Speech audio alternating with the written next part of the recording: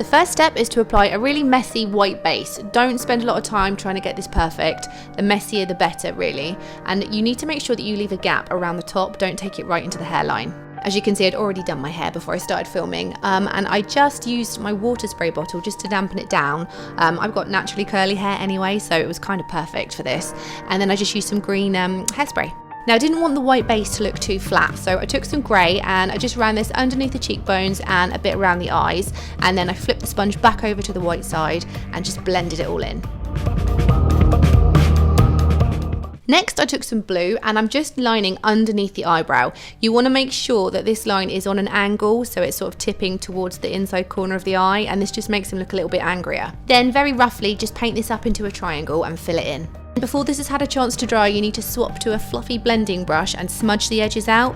If you get a little bit carried away, like I did, you just need to take a wipe and remove some of that blue, and then you can just put some more white over the top. You want to do the same thing on the other side, and then just make sure that they're not symmetrical. If needs be, go back in and make one of them a little bit taller. For the bottom, you need to take the blue paint right into the lash line and then smudge it down, and once again make sure that it's not symmetrical on both sides.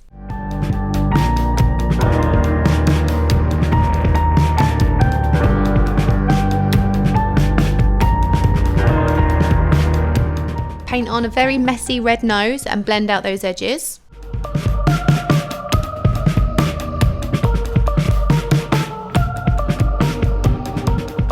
And then use that same red to paint on the mouth, and again this needs to be really unsymmetrical, so make sure one side is going up a little bit higher, make sure the other side is a bit thicker, and kind of make it as messy as you can.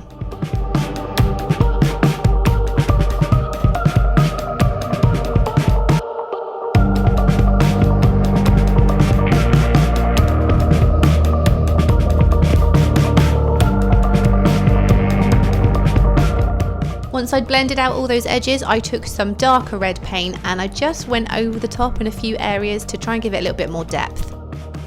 Use the bright red to add in the eyebrows and then just go over the top with a little bit of that darker red.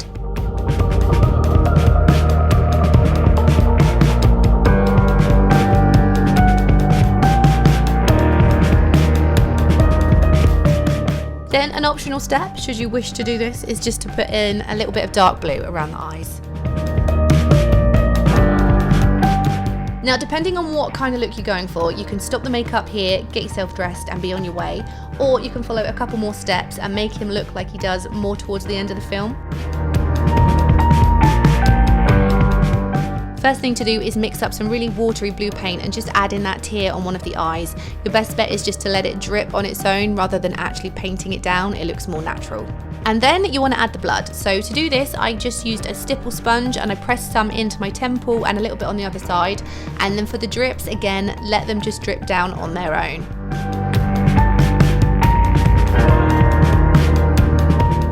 For the mouth, just run some blood right over the middle part of the lips, and then if you want to be truly authentic as the Joker, use your fingers to smudge it out.